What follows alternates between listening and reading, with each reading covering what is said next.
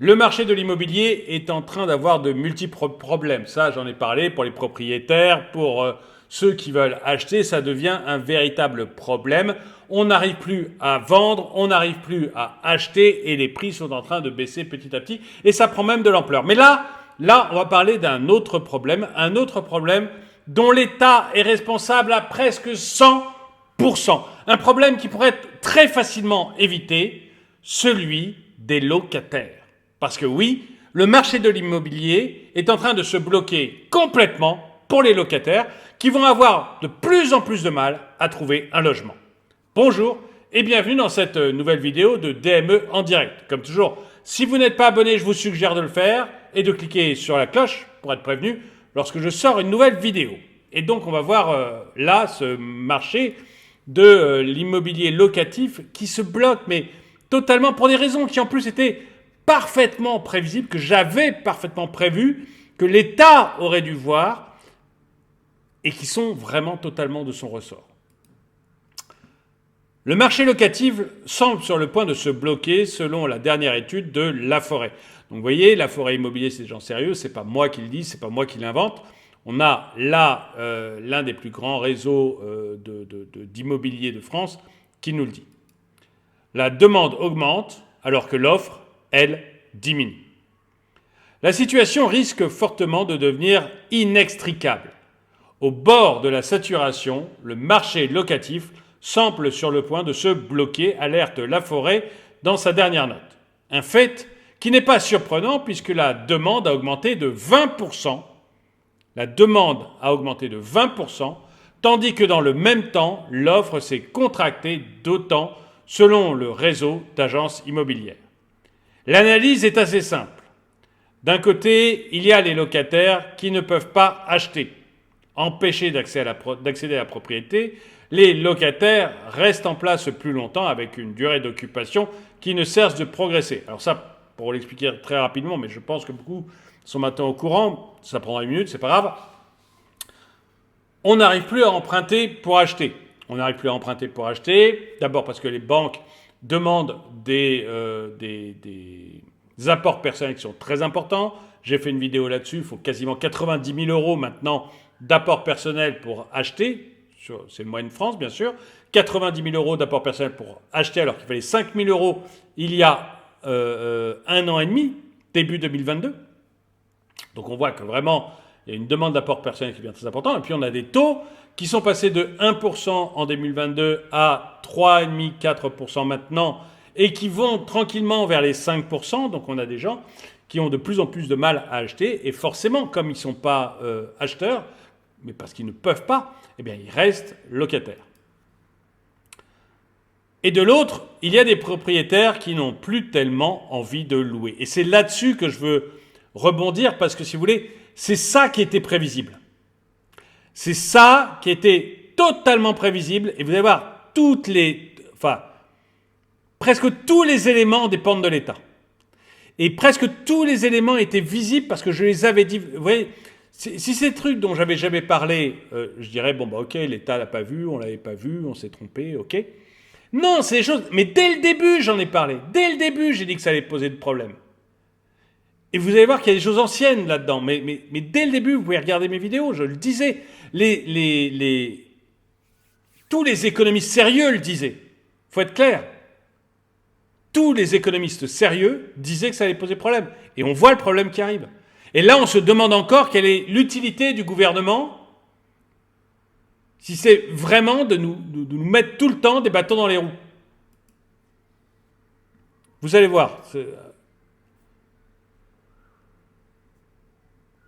Donc, de l'autre, il y a les propriétaires qui n'ont plus tellement envie de louer.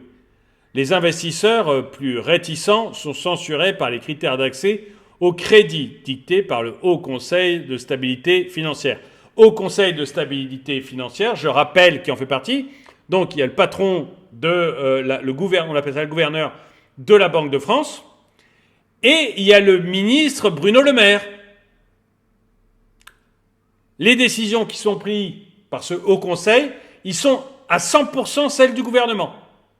Et donc là, on le dit rapidement, mais grosso modo, ce qu'ils demandent, C'était donc, parce que j'ai déjà dit dans d'autres vidéos, je ne vais pas y passer des heures, mais ce qu'il demande, ce Haut Conseil, donc il avait, avant il faisait des recommandations. À partir de janvier 2022, on a décidé que c'était obligatoire. C'est-à-dire que ce n'était plus des recommandations, c'était obligatoire. Pourquoi tout d'un coup, ce Haut Conseil donne des instructions obligatoires aux banques? Est-ce que les banques françaises ont failli en 2021? Est-ce que les banques françaises ont failli en 2020, en 2019, en 2018 sur les prêts bancaires? A priori pas. Alors pourquoi tout d'un coup on leur dit ça sera comme ça, vous serez obligés d'obéir à nos recommandations? Et quelles sont ces recommandations? Donc on ne peut pas prêter à quelqu'un avec plus de 35% d'endettement, pourquoi pas. Deuxième chose, on ne peut pas prêter sur plus de 25 ans. À mon avis, c'est très discutable, j'en ai déjà parlé, je ne vais pas continuer, mais on ne peut pas prêter sur plus de 25 ans. Et on met on autorise les banques à faire des dérogations sur 20% de leur dossier, mais à l'intérieur, on leur dit, voilà, il doit y avoir tant pour les primo-accédants, tant pour les secondo-accédants, quoi, ceux qui avaient déjà de l'immobilier et qui continuent à acheter, et puis tant pour l'immobilier locatif. Mais pourquoi? Mais pourquoi? Qu'à la limite, vous disiez pas plus de 35% d'endettement, je comprends. Qu'à la limite, vous disiez pas plus de 25 ans, je ne comprends pas, mais à la limite. Mais pourquoi leur dire 20% de dérogation? Très bien. Et pourquoi leur dire précisément, tiens, bah cette dérogation-là, tu as utilisé pour telle personne, puis ça pour telle personne, puis ça pour telle personne. Si les gens veulent faire que de l'immobilier locatif, pourquoi une banque ne pourrait pas prêter, dans la limite de sa dérogation, à tous ceux qui veulent que de l'immobilier locatif? Ou co-primo-accédants? On a un État qui veut nous micromanager alors qu'il ne fait rien de bien. L'État, depuis 40 ans, c'est une faillite complète. Il n'y a rien qui marche. Regardez les émeutes. Il n'y a rien qui marche dans ce pays. Regardez l'état de l'éducation nationale, de la police, de la justice. Regardez les émeutes. Regardez l'état des hôpitaux. J'ai encore fait une vidéo hier. On va avoir des urgences qui vont être fermées la nuit maintenant. On a des services qui vont être fermés pendant tout l'été. T'as un cancer? Ouais, bah écoute, attends septembre.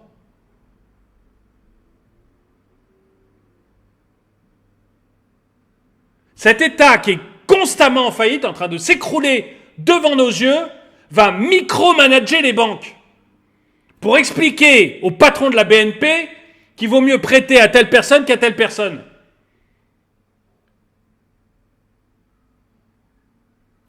C'est incroyable, laissez-leur faire leur boulot. Vous avez montré que vous ne saviez pas faire le vôtre, laissez-les faire leur boulot. Et encore une fois, on peut dire effectivement pas plus de 35% d'endettement. Très bien, parfait. C'est pas idiot. Mais n'allez pas faire du micromanagement alors vous n'êtes pas foutu de gérer vos trucs. La Banque de France, en gestion, c'est lamentable, je suis désolé. Il y a plus de salariés à la Banque de France qu'à la Banque d'Angleterre. Et nous, on n'a pas une monnaie à défendre. La Banque d'Angleterre, elle défend la livre sterling.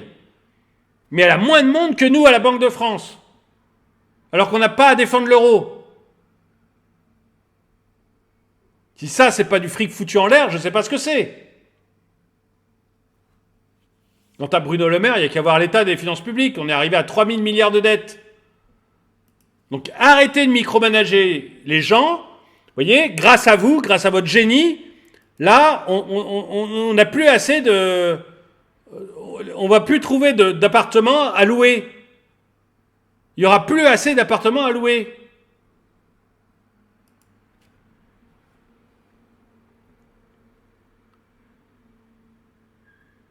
Donc, les investisseurs ont déjà été censurés par le Haut Conseil à la stabilité financière, ainsi que par les règles d'encadrement des loyers. Sur Draw My Economy, ma chaîne principale, si vous allez sur encadrement des loyers, je n'ai pas essayé, je vais voir si je tombe dessus, si on fait juste YouTube. J'ai fait une vidéo sur l'encadrement des loyers au moment où Paris les a mis en place. Excusez-moi, ça va prendre une seconde. Bon, si vous allez sur ma chaîne principale YouTube et que vous allez dans encadrement, Droma Economy, pardon, et que vous allez dans encadrement des loyers, vous tomberez dessus sans problème. Et dès le début, je dis ce que ça donne. Je dis ce que ça donne parce que 95% des économistes sont d'accord avec.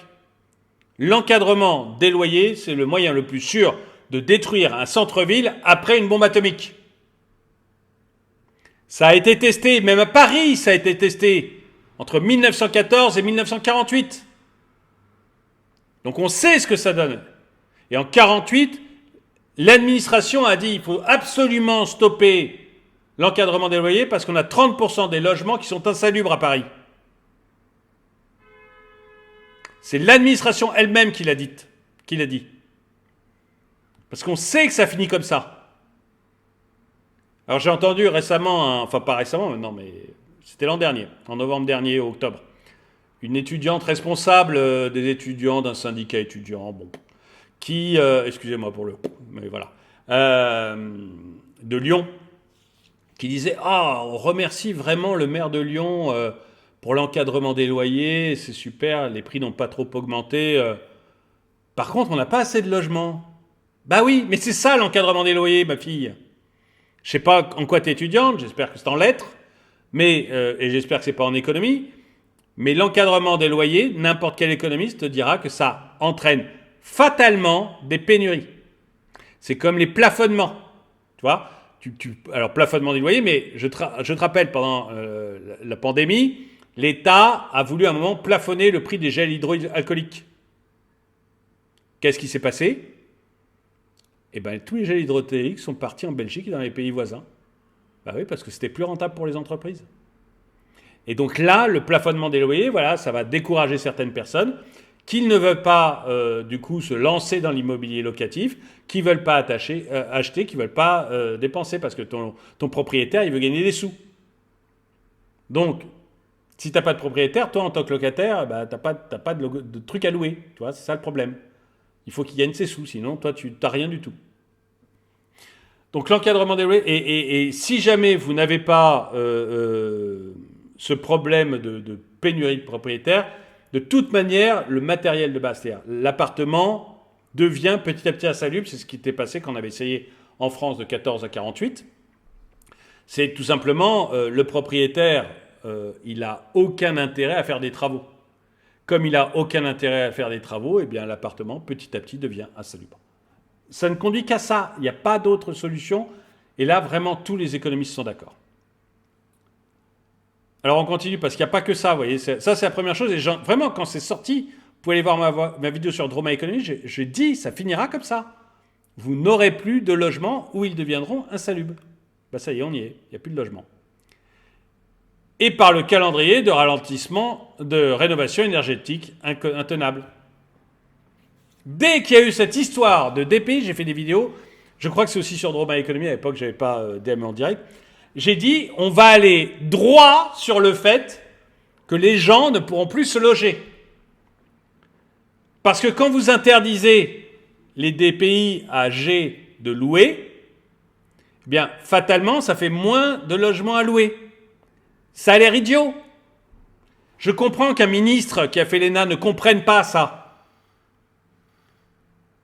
Si je retire du marché tous les logements G, fatalement, il y a moins de trucs à louer. Et comme on n'est pas en surabondance de biens, c'est-à-dire qu'il n'y a pas trop d'appartements par rapport aux gens qui veulent louer, ça veut dire qu'on va arriver dans de la pénurie. Mais là aussi, ça s'évite. Je veux dire, c'est un truc purement administratif. C'est une décision, mais purement administrative. Qui n'a aucun intérêt. C'est de la bien-pensance. Oh, le pauvre locataire. Oh, mais il faut qu'il ait chaud dans son appartement. Il faut que ça soit frais l'été. Et qu'il ne dépense pas trop en chauffage. C'est sûr que sur la rue, dans un carton, il ne va pas dépenser beaucoup en chauffage.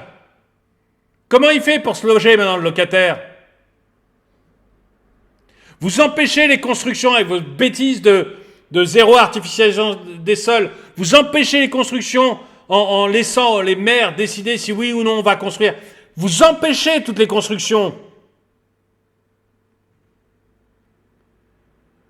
Et d'un autre côté, ce qui est déjà construit, vous en supprimez. Je ne me rappelle plus, j'avais donné les chiffres, mais c'est entre 10 et 30%, c'est gigantesque. Je crois que c'est 10% juste pour le G et 30% si on fait EFG. Mais vous sortez du marché plein de logements. Donc fatalement, les gens ne vont pas réussir à se loger. On ne construit pas, on empêche des logements d'être loués. Comment vous voulez que ça marche ? Ça ne peut que déboucher sur ça, mais réfléchissez, non, arrêtez d'avoir on est des gens bien en bordoulière, donc pour l'écologie, pour sauver la terre, pour les pauvres locataires, on va faire en sorte que tous les logements soient D ou C, etc. Arrêtez de mettre ça en bandoulière pour de la bien-pensance ou pour l'écologie et réfléchissez aux réels problèmes. Là encore, on a un gouvernement qui ne va pas au fond des choses. Le fond des choses, c'est pas que les gens ont froid ou chaud ou qu'ils dépensent trop en chauffage. Le fond des choses, c'est qu'il n'y a pas assez de logements. Et il n'y aura pas assez de logements tant que vous ne laisserez pas les gens gagner du fric en louant, c'est-à-dire qu'il ne faut pas plafonnement des loyers, et tant que vous ne laisserez pas les gens construire. C'est facile une politique du logement. Ça ne sert à rien de mettre des milliards. C'est facile. Vous foutez la paix aux gens, vous leur laissez construire, et après vous les laissez gagner de l'argent avec leur location.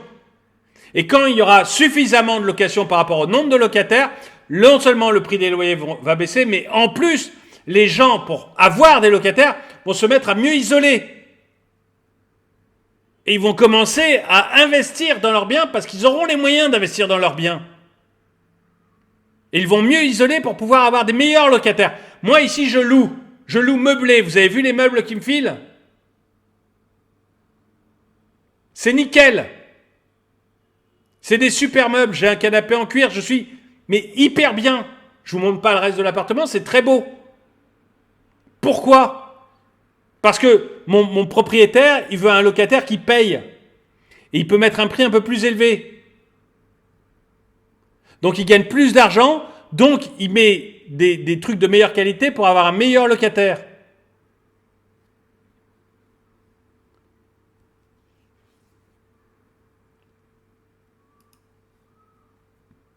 Dans sa note, Laforêt constate que le volume des transactions... Et ça sera la même chose, excusez-moi, ça sera la même chose pour des studios.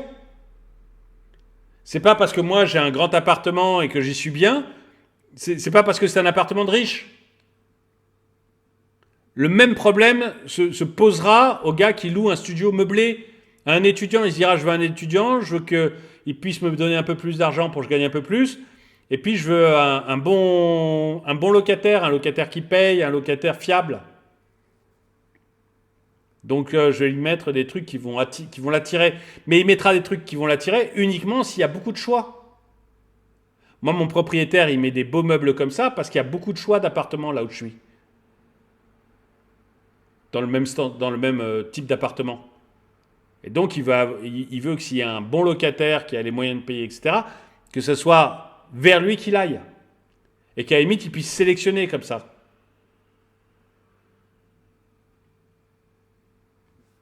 Et c'est la même chose sur les petits appartements. C'est pas un truc de riche, c'est juste la même chose, quelle que soit la taille de l'appartement ou du studio. Mais pour ça, il faut qu'il y ait de la concurrence. Il faut qu'il y ait il y a beaucoup d'appartements là où je suis. Donc voilà, il y a de la concurrence.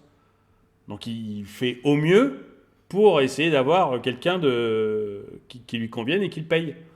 Et pouvoir essayer de mettre le loyer un peu plus élevé.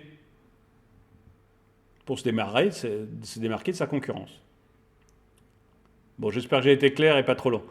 Dans sa note, Laforêt constate que le volume des transactions immobilières a connu un repli de 14% entre le premier semestre 2022 et le premier semestre 2023.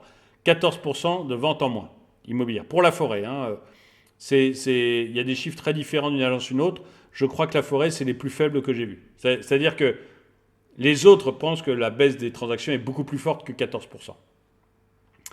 Par ailleurs, les délais de vente s'allongent au niveau national et passent à 88 jours, plus 8 jours en un an. C'est ce que je vois partout, effectivement. Cet accroissement traduit un changement du comportement des acheteurs, plus prudents, qui prennent davantage de temps pour comparer, faire leurs comptes et s'assurer que leur dossier de financement est solide avant de s'engager, analyse Laforêt. Et c'est pour ça que vous ne trouvez pas de logement. Que faire, les locataires, je parle, que faire pour sortir de cette situation? Yann G. Hano, excusez-moi si je le prononce mal, président du réseau Laforêt, préconise de considérer sans attendre les problèmes structurels du logement en France en favorisant une rénovation énergétique réaliste mieux financée.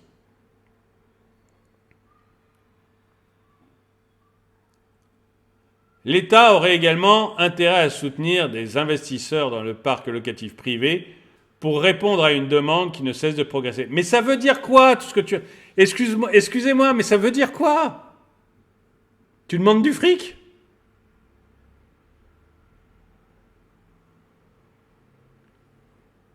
Qu'est-ce que tu dis là, le président de Laforêt? Je suis désolé, hein, mais tu dis quoi? Tu demandes de l'argent, c'est ça? Tu fais la manche?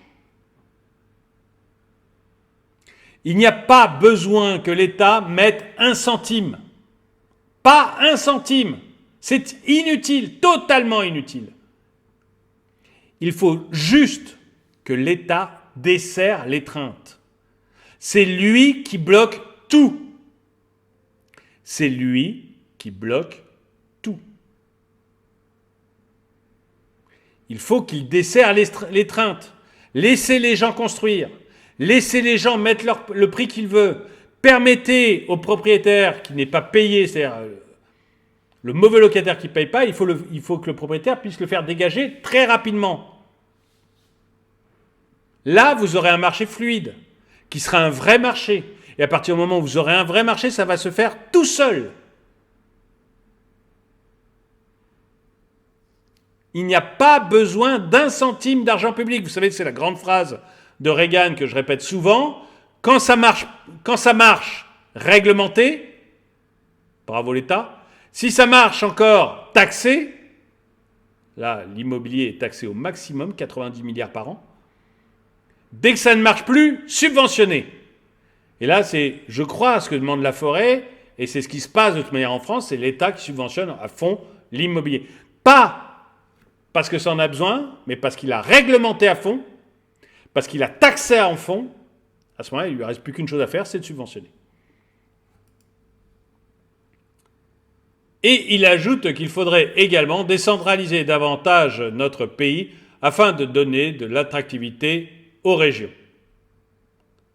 C'est plus que jamais nécessaire de désengorger les grandes agglomérations et permettre à chacun de vivre là où il le désire, dans des meilleures conditions possibles. Je suis assez d'accord, moi, du moment qu'on laisse les gens vivre. Mais voilà, par exemple, le prêt à taux zéro de l'État, on ne pourra plus l'avoir pour une maison individuelle. Qu'est-ce que ça va faire? Ça va engorger encore plus les grandes villes. Parce que les appartements, vous les avez dans les grandes villes, les maisons individuelles dans les petites villes de campagne. Je dis souvent que dans la petite ville que j'aime énormément, qui s'appelle Cluny, dans Saône-et-Loire, eh bien, il y a très peu d'appartements. Les gens, là-bas, quand ils achètent des maisons individuelles. Et ça, c'est le prêt à taux zéro. Et ça, ils ne pourront plus le faire à cause du prêt à taux zéro qui va être réservé aux appartements. Donc, ça va repousser les gens encore plus vers les grandes villes. Ce qui va à l'encontre de ce que demandait Laforêt. Mais vous voyez, c'est encore une erreur, voilà, encore une erreur faite par le gouvernement. Moi, je ne comprends pas qu'on s'acharne comme ça à faire bêtise sur bêtise. Et j'aimerais bien savoir ce que vous en pensez. Est-ce que vous êtes d'accord avec moi pour dire que le problème de l'immobilier numéro 1, c'est l'État, et qu'il doit juste desserrer son étreinte le plus possible? Ou est-ce que vous pensez que non, je me trompe, l'État y a son rôle et qu'il faut absolument qu'on ait un État stratège qui mette en place l'immobilier en France? Dites-moi tout ça dans les commentaires. En tout cas, merci d'avoir regardé cette vidéo. Mettez-lui un pouce vers le haut, commentez-la, partagez-la. Merci à tous ceux qui soutiennent la chaîne. Et moi, je vous dis à très bientôt.